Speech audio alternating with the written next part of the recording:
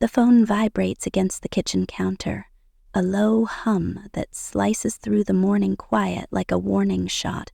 I freeze, my hand hovering over the coffee pot, steam curling around my fingers. The screen lights up with Ava's name. My niece, barely 10, with her gap-toothed grin and endless questions about dinosaurs. It's too early for her to call. My stomach twists, a primal instinct whispering that something's wrong. I swipe to answer, pressing the phone to my ear, and her voice comes through, small and shaking, like she's trying not to break. "Aunt Sarah, you have to come. Liam, he won't wake up." Her words choke on a sob. "Mom says it's just a prank, but he's not moving." The world tilts. The coffee pot slips from my hand, shattering on the tile floor, black liquid pooling like blood. Liam, my 7-year-old son, my quiet boy with his galaxy of quirks and sensory sensitivities, is with Vanessa, my sister-in-law, the queen of suburban perfection who's never hidden her disdain for his differences. A prank? My mind screams, but my body's already moving, grabbing keys, stumbling toward the door, barefoot, heart hammering so loud it drowns out Ava's next words. "Where are you?" I choke out, my voice raw, barely mine. "Green Lake Park," she whispers. "By the picnic tables. I'm scared, Aunt Sarah. He's so still." I don't hang up. I can't. Her breathing, ragged and small, is the only tether keeping me from spiraling as I tear out of the driveway, tires screeching against the asphalt of our quiet Seattle suburb.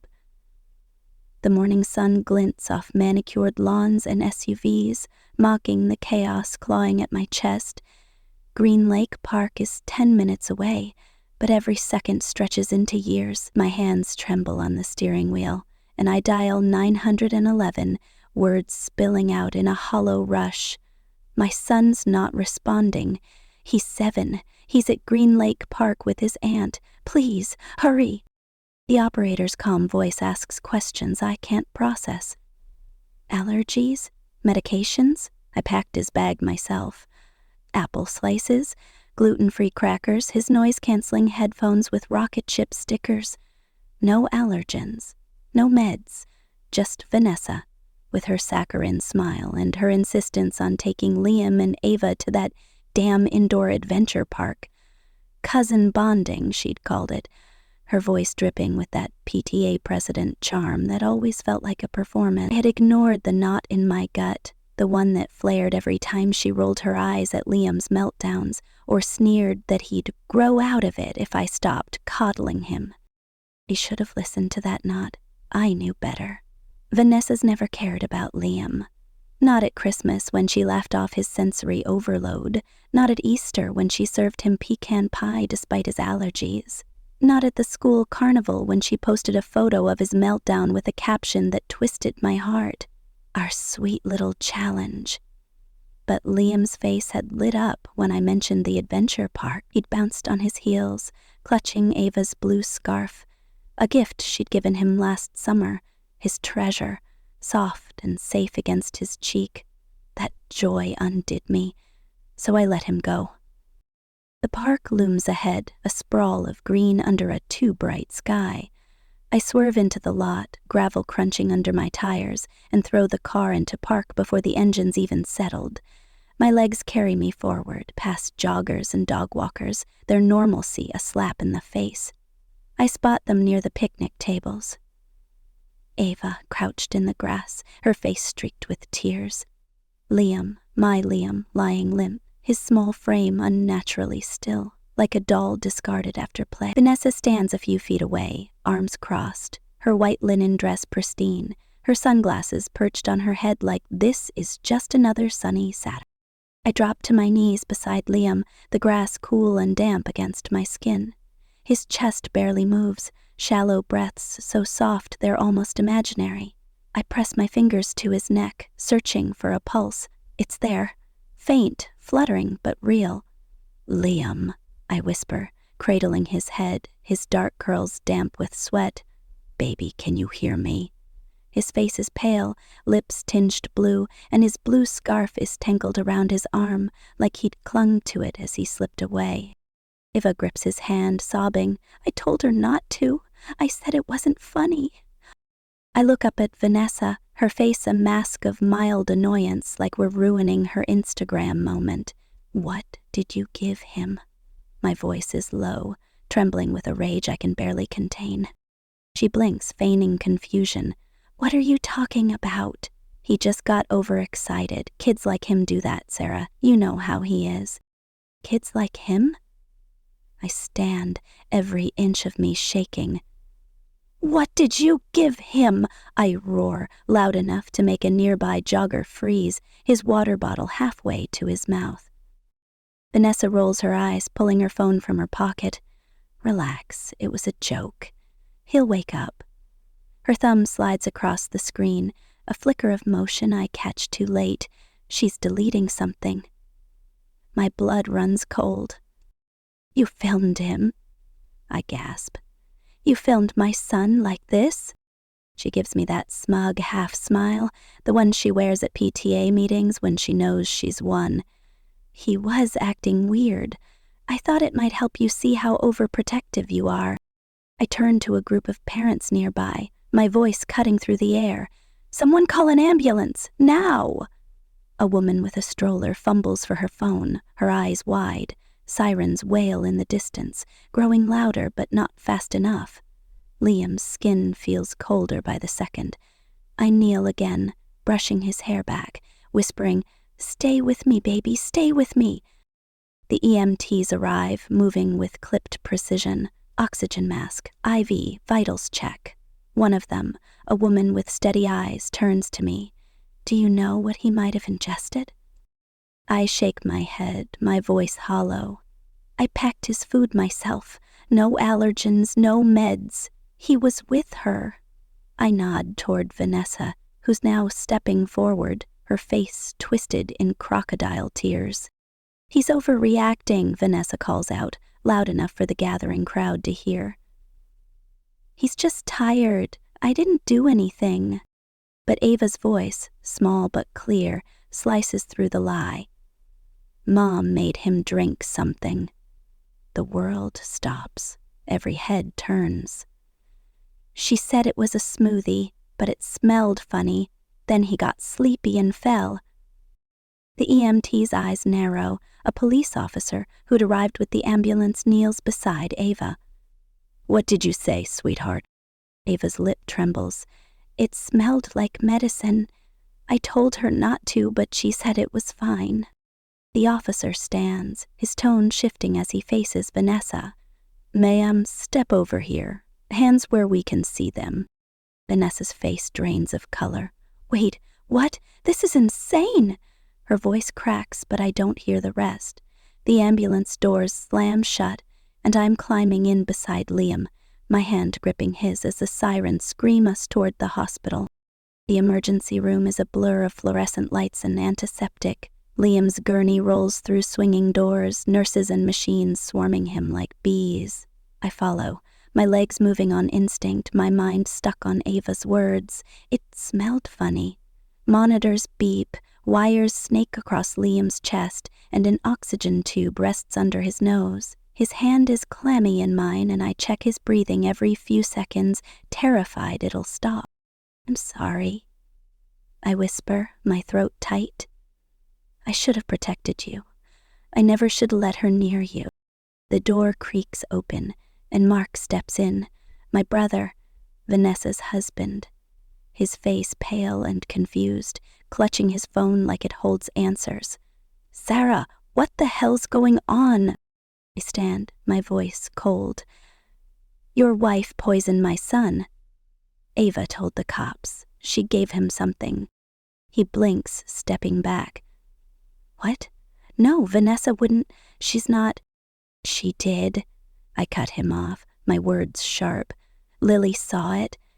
The EMTs found lorazepam and alcohol in his system. You think Liam mixed himself a cocktail at 7? Mark's face crumples, but he looks away. Maybe it was an accident. You don't know for sure. I don't answer. His doubt is a blade, but I'm too raw to feel it fully. The door opens again, and a detective in a navy jacket steps in. "Ms. Carter?" he says, nodding. "We need to talk about what happened. Vanessa's lawyered up, says it was an accident." I meet his eyes, my voice steady. "Was it?" He sighs, glancing at Liam. "Preliminary blood work shows lorazepam and ethanol, not an accident." Rage surges, cold and deep, like a river carving stone. I glance at Liam, still unmoving, and something inside me cracks. Not grief, but resolve. Vanessa's mask is slipping, and I'm done letting her hide behind it. I don't sleep. The hospital room is dim, the monitor's steady beeps, a lifeline I cling to. Liam's chest rises and falls, but it's too shallow, too fragile. I sit beside him, my chair creaking as I lean forward, watching for any sign he'll wake.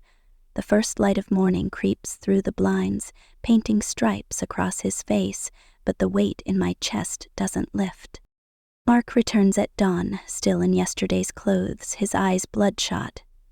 "He's stable," I say before he can ask, my voice flat. He nods, rubbing his neck. "They're running more tests, right?" He already found sedatives and alcohol in his system. What more do they need? He exhales, avoiding my gaze. "I'm just trying to understand. Maybe it was an accident, something he got into somewhere else." I stare at him. "You think I did this?" "No, God, no," he says quickly. "But the cops mentioned a search history, sedative interactions on your Wi-Fi." I lean forward, my voice low. "I searched that because Vanessa ignores Liam's needs. I was checking his allergy meds wouldn't interact. You think I'd hurt my own son?" He sits heavily, shaking his head. "It just doesn't make sense. Vanessa's never done anything like this." I don't correct him. Vanessa's always been this. Her cruelty just wore a prettier face. Mark's phone rings, and he checks the screen. "Mom," he mutters, stepping into the hall. I close my eyes, the beeps filling the silence. I'm bone-tired but too wired to rest. When Mark returns, he hesitates. "She wants to talk to you." I don't take the phone. "What did she say?" He shifts, uncomfortable. "She asked if you provoked Vanessa. Said you've always escalated things." I laugh, a bitter sound. "And Liam escalated by passing out." Mark runs a hand through his hair. "Sarah, are you sure it was her?" His doubt stings, but I don't flinch. I'm done begging to be believed. I step outside for air, the Seattle sky a sharp, merciless gray. The hospital's hume fades, replaced by the distant roar of traffic. My phone buzzes. A message from the detective.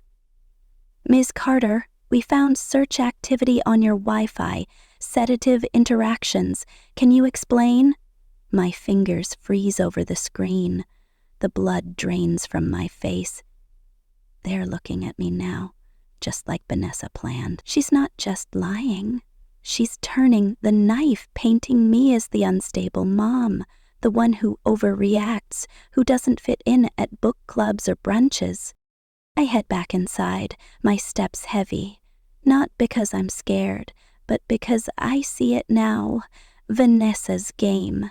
She's counting on my silence, on the way people like her always win with their polished smiles and whispered influence. But she's wrong. I'm not silent anymore. At home that evening, I grab clothes and Liam's favorite blanket, the one with tiny airplanes stitched along the hem. The house is too quiet, a museum of before. Liam's sensory blocks scattered on the rug, his sneakers by the door, his half-finished rocket ship drawing taped to the fridge. I stand in the doorway, breathing in the faint strawberry scent of his blanket, and something shifts. This isn't where I cry. This is where I fight. I sit at the dining table, open my laptop, and pull up old texts, emails, photos. Vanessa's words glare back. He'll eat what everyone else eats, Sarah. I'm not a caterer. A photo from the school carnival. Liam, mid-meltdown, captioned, "Sensory kiddo losing it. Still love him." Every snide remark, every moment she used him to boost her image while dismissing his needs. I copy it all into a spreadsheet. I'm not just his mother anymore. I'm his advocate, his shield, his evidence. Then I find it, buried in a text thread from 2 summers ago, a photo of Liam, 3 years old, soaked and shivering by the community pool, towels piled over him, his eyes wide with terror. Vanessa's caption, "He'll be fine, builds character." My heart clenches. I'd forgotten that day. Lily pushing him in, Vanessa laughing, dismissing it as just a pool. I'd told myself it was an accident, that I was too intense. But now, staring at his tiny frame, I know. This wasn't a one-time prank. It's a pattern, a trail of red flags I ignored. I open a new app, my voice shaky but steadying. "If anything happens to me," I say softly, "this is what she did." I hit record and the words pour out.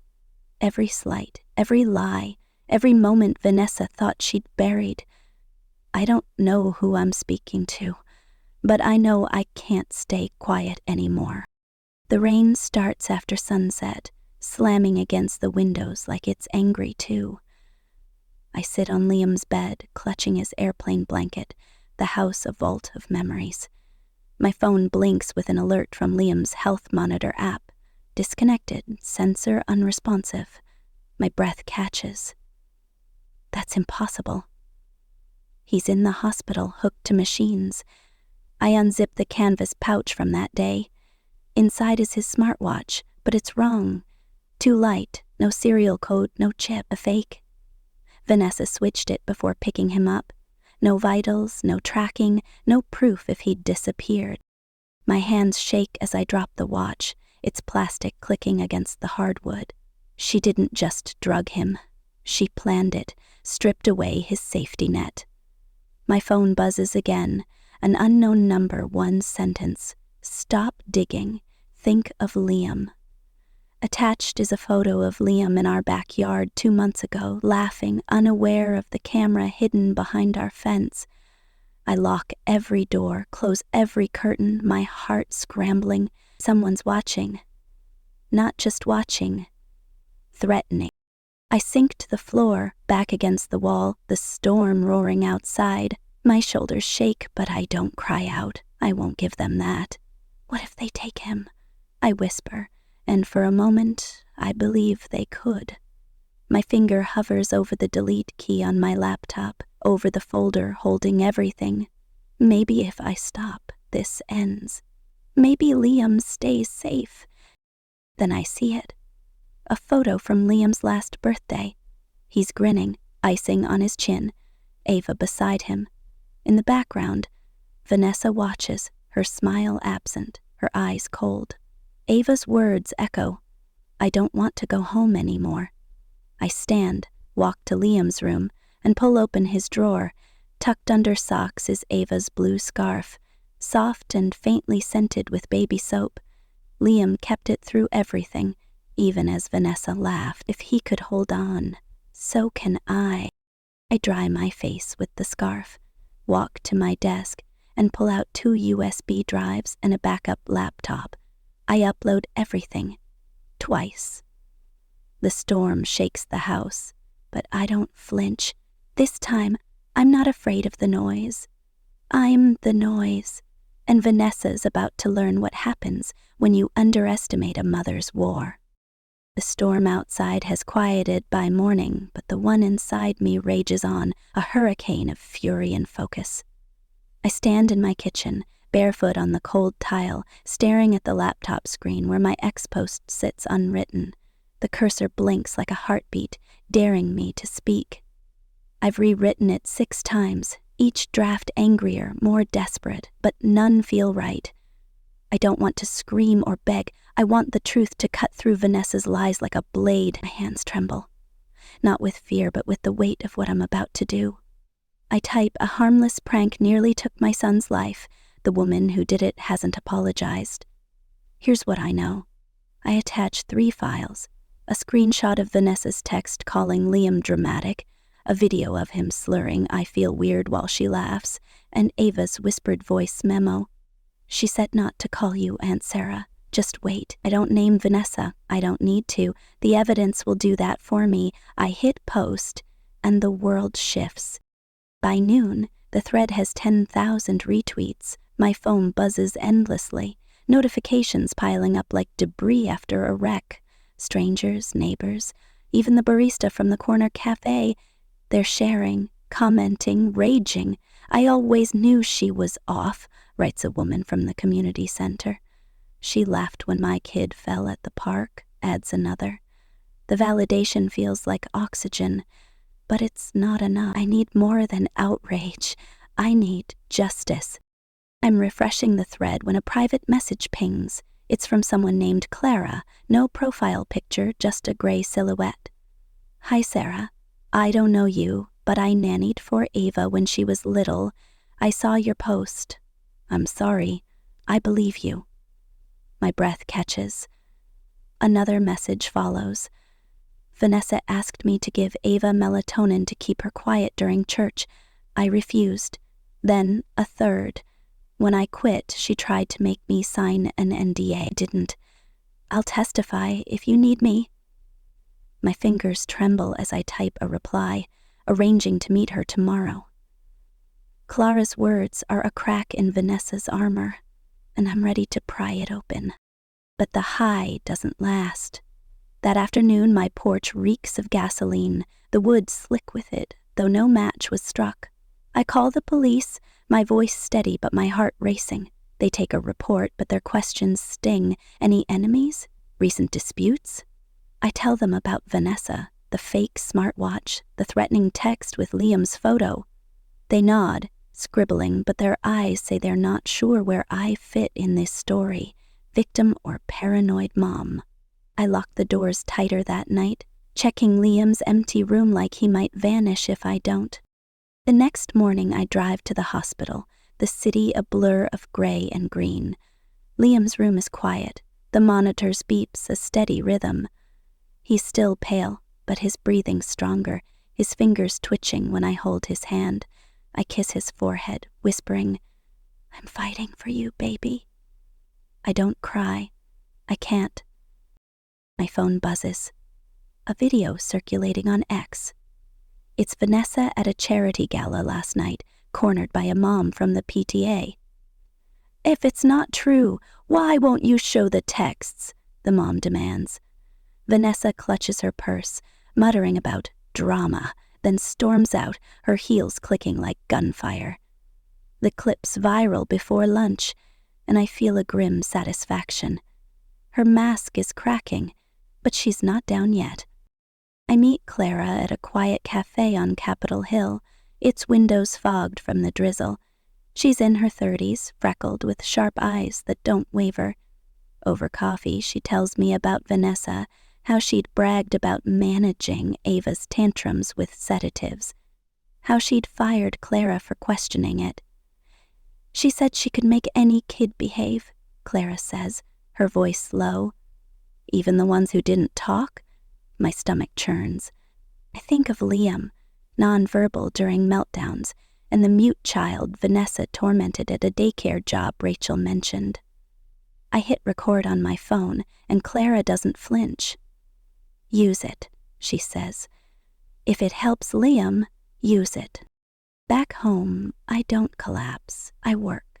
My office becomes a war room. Photos, texts, timelines pinned to the wall in neat rows. I print Vanessa's Facebook posts, her captions dripping with false sympathy. Our sweet little challenge. I highlight her texts. "He needs to grow up, Sarah. Don't be dramatic." I label hospital receipts, Liam's allergy records, ignored emails to his teachers. At the center, I write Liam in bold marker, his name the heart of this fight. Then I find Ava's sketch under his bed, crayon figures, a stick boy, a smoothie cup, Vanessa, laughing. I pin it below Liam's name, my throat tightening. This is the silence she counted on. Not anymore. That night, my email pings. A breach alert. Someone's tried to access my account, sending threats from a burner address. Drop it or we'll ruin you. I change my passwords, my hands shaking, but the violation lingers like a stranger's touch. I back up everything again. USB drives, cloud storage under a fake name. Vanessa's not alone in this. Someone's helping her, someone who knows how to hack, to watch, to scare. I think of the photo of Liam, the gasoline, the text. My dog Max whines at the door and I let him in, grateful for his warmth against my leg. But when I feed him, he vomits, convulsing on the kitchen floor. I rush him to the vet, my heart in my throat. Poisoned, they say, something in the yard. He survives, but barely. I don't sleep, imagining Liam's small body in that hospital bed, wondering who's next. The DA calls the next day. Ms. Carter, we've requested Liam's medical records. CPS is interviewing Ava tomorrow. I exhale, a small victory, but the weight doesn't lift. I clear my dining table, spreading out every piece of evidence, photos, memos, transcripts. I buy colored tabs, sticky notes, index dividers, labeling each lie Vanessa told, each slight she brushed off. By midnight, I've built a binder, a fortress of truth. I'm not angry anymore. I'm resolved. The neighborhood council meeting is a powder keg. Vanessa's on the board, her name etched on every community newsletter, her smile plastered on fundraising flyers. I'm not invited, but I don't need to be. I park across the street, the binder under my arm, a tote bag stuffed with labeled evidence packets. The clubhouse is packed, not for mulch debates or bake sales, but for blood. I walk in, heads turning, whispers trailing me like smoke. I hand 3 packets, marked Exhibit C, to the board president, her assistant, and the treasurer. No words, just paper. Then I face the crowd and say, Page 2. Chairs shuffle, gasps ripple as eyes land on Vanessa's group chat, calling Liam a pity project and joking that Ava would inherit his scholarships since he won't use them. A man in the back mutters, Jesus. Vanessa stands, arms crossed, but her face is pale, her cheek twitching. It was sarcasm, she snaps. You know how chats are, we vent. Mark steps forward, his voice low but deadly. You sent this while Liam was in the ICU. The room goes still. Vanessa blinks, her mouth opening but no words come. Her friends shift away, chairs scraping. Then Ava, quiet until now, walks to the front, clutching Liam's blue scarf. Mom said I had to give him the smoothie, she says, her voice trembling, or we couldn't play. The crowd erupts, gasps, murmurs, a woman in the front row covering her mouth. Vanessa snaps, You little liar, you don't remember right. She lunges, eyes wild, but 2 officers by the door move fast, catching her arms. You poisoned her against me, she screams, her voice raw, no longer the polished PTA queen, but a cornered animal. I kneel beside Ava, arms open. She collapses into me, sobbing. No one will make you afraid again, I would. Vanessa is escorted out, not arrested, yet, but her exit is a public execution. I don't yell. I call after her, calm and clear. I didn't turn Ava against you. You did that yourself.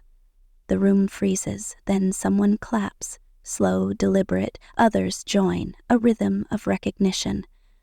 I don't stay. I step into the crisp Seattle air, my phone buzzing with a call from the DA.